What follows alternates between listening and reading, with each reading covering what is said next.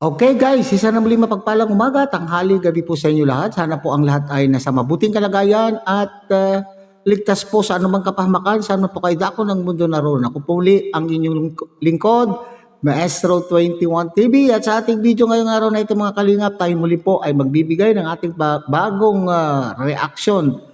Tungkol nga po dito sa isang komento po ng hindi natin alam kung baser, lehitimong baser o inggiterang palakaop, inggiterang babae na ito mga kalingap. Ito po ay pamimintas po sa mga kasuotan, sa mga isinuot po ni Baby Carla sa kanya pong 20th birthday. Alam niyo mga kalingap ay itong babaeng ito, itong hinayupak na babaeng ito mga kalingap ay ilang beses na pong nakitaan ko. Ilang beses ko nang nakita po na talagang walang ginawa po dito kundi silipan at hahanapan po ng butas upang mayroon lang po siyang mayroon lamang po siyang masabing kontra po kay Baby Carla. O ngayon naman po ang kanya pong sinisilip ay yung mga damit na isinuot ni Baby Carla. Okay? So gaano naman kaya ito kaganda itong babaeng itong mga kalingap?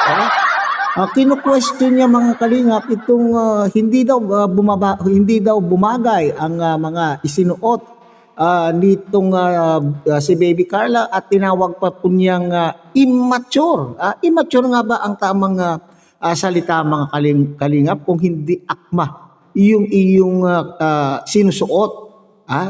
Kung hindi bumabagay, ayan na lang kung hindi bumabagay yung iyong mga sinisuot na mga damit ay immature ba ang tawag po doon mga kalingap?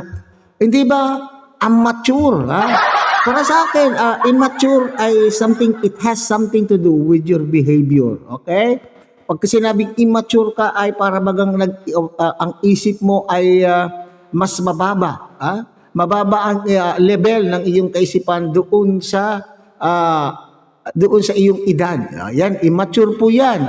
Pag sinabi mo amateur, it has something to do doon sa mga amateur expertise. Okay, ibig sabihin, pag sinabing amateur ka sa isang bagay, hindi ka doon na expert.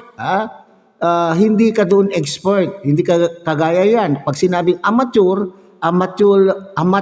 basketball player, and then meron tayong kategoryang professional. Professional basketball player. Dito naman po sa pagsusuot ng damit, amateur ka sa pagsusuot ng damit and because you are not a professional model. Maring hindi ka professional sa iyong pagdadamit. Okay? Ito hindi umaakma daw. So ito yung sinasabi niyang immature. Dahil palpak pa po ang ginamit ko niyang pananalita itong babaeng itong hinayupak na babaeng itong mga kalingap. Okay? So yan po yung ating pag-uusapan mga kalingap sa ating video ngayong araw na ito. Okay, so basahin nga natin mga kalingap ang kanya pong sinasabi at ang pangalan po niya dito mga kalingap ay ito si Mari B. Francisco. Okay? So, in-stock po natin yung kanya pong YouTube channel na ginagamit. Na pang-comment po ay hindi naman po kagandahan ng babaeng ito mga kalingap. Hindi ako pintasero pero kumusta naman kaya ang itsura mo doon sa iyong nilalait? Kumusta naman Mari B. Francisco ang iyong itsura na ang taba-taba naman po ang pagmumukha mo. Okay, so sabi po niya dito mga kalingap ay, ano ba yan? Di umaayon damit mo sa iyo. Hindi daw umaakma o umaayon, hindi bumabagay kay Baby Carla ang kanyang suot na damit. Immature ka talaga. Sabi niya, immature. Amateur sa pagsusuot ng damit, hindi immature. Baka itong mga babaeng ito ang immature. Immature ang kanyang pag-iisip kasi pag tinitingnan po nyo ang kanya pong profile pic, may edad na rin po. May sasabi po natin kumpara sa edad po ni Baby Carla, ay may edad na rin po itong babaeng ito. So ito siguro yung nag-iisip bata. Hindi niya inaakma yung kanyang kaisipan doon sa kanya pong sinasabi. Ngayon, kung sakaling para sa iyo, you are entitled to your own opinion kung para sa iyo ay hindi akma o hindi nababagay yung kasuotan po ni Baby Carla. Sa iyo ba? Sa yung babagay ba? Yung mga sinusuot mo ba ay babagay? Alam po ninyo, ang medyo may katabaan ay mahirap din damitan, hindi po ba mga kalingap? Sinabi niya hindi umaakma, so immature. Yung kanyang isip ay alam po niyo kung ikaw ay hindi immature mag-isip, ay ibig sabihin, alam mo kung masasaktan ng iyong kapwa. 'Di ba minsan, alam po natin na ang pangit ng kasuotan ng ating kapwa ay hindi natin po maipapamukha. Hindi natin po nasasabi ng harapan yung gusto nating sabihin. Maaring kung kayo ay close na close, at friend na friend mo ay pwede kang magsabi na, friend, parang yung suot mo ay hindi bagay sa'yo. Pero doon naman po sa mga isinuot po ni Baby Carla sa kanya pong 20th birthday, alam ko maraming sumasang-ayon sa inyo na talaga naman pong lumabas ang kagandahan po ni Baby Carla, at para sa akin ay bagay na bagay naman po, Kay bagay na bagay naman po. Ito lamang po itong si Mariby Francisco ang nagsasabi na hindi bagay po ni Baby Carla yung kanya pong kasuotan. So, mayroon pa po siyang sinabi, immature ka talaga. Pati attitude mo, okay? Pati yung attitude. Ano ba yung attitude na ayaw mo kay Baby Carla, Mariby? Pati attitude mo nag-change. Hindi daw nagbago ang kanyang attitude. Kaya nga ba ako ay pinabwisit mo, Baser? Pinabwisit mo, Baser, at haters mo, Carla. Di mo deserve yan. Mag-asawa ka na lang. Nako po.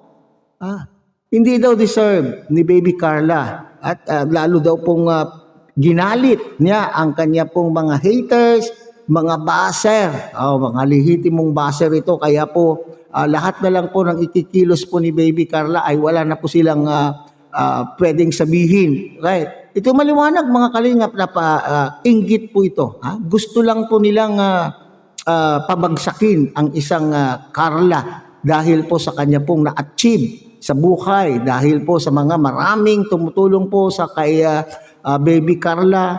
Ibig sabihin, maraming nagmamahal kay Baby Carla. Yung bilang po ng nagmamahal po kay Baby Carla kontra sa inyong visit kayong mga baser gaya po nitong Mariby na ito, Francisco na ito. Ilan lang po kayo na hindi nagugustuhan itong pag-uugali, pag-uugali, attitude, pag-uugali po ni Baby Carla, na pati yung kasuotan ay kailangan pa bang pati yung kasuotan ay problema pa po ninyo, kung saan tayo komportable, walang pakialaman, Okay, at saka bukod po doon, yung isinuot po ni Baby Carla sa kanyang sa mga events, sa mga big events po ng Kalingap, yan po ay ginawa o yan po ay pinag-isipan po ng mga wardrobe consultants. Okay? So sila po yung may taste, sila po yung mayroong say diyan, mga Kalingap. Sila po yung may mga taong qualified na magsabi kung bagay ba kay Baby Carla yung kanila pong ipinasuot o ginawa at ipinasuot kay Baby Carla. Sila po yung mga professionals, okay?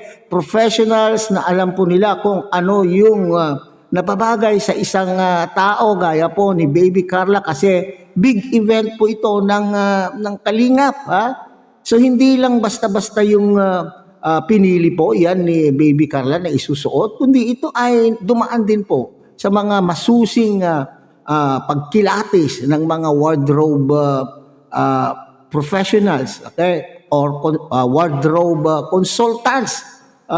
So ikaw, Mariby or Francisco, Okay, sa iyong palagay, ay bagay ba yung mga sinusuot mo? Kasi pag tinitingnan ko yung iyong profile, wala naman masyadong walang ganda.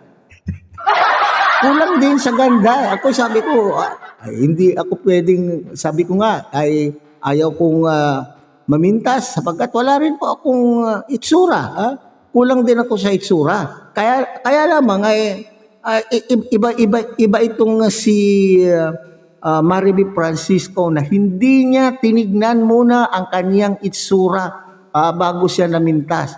May mga ganun po talaga mga kalingap Hindi sila marunong tumingin sa kanila pong mga sarili. Siguro mga walang salamin doon po sa kanila. Hindi sila marunong, hindi sila honest kung ano ang nakikita po nila sa kanila pong salamin na itsura po nila. Hindi nila matanggap sa kasarili po nila kung ano yung nakikita po nilang itsura nila doon sa salamin. Okay? So, ito, Mariby, gabaan ka, Mariby Francisco.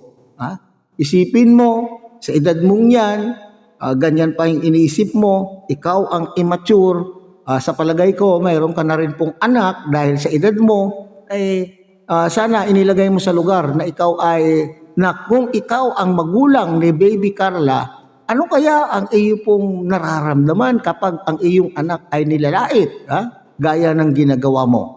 Yung pamimintas mo kay Baby Carla, kung ikaw ang ay magulang na, ano kaya ang iyong nararamdaman? Kumusta naman kaya ang itsura ng iyong mga anak? Okay?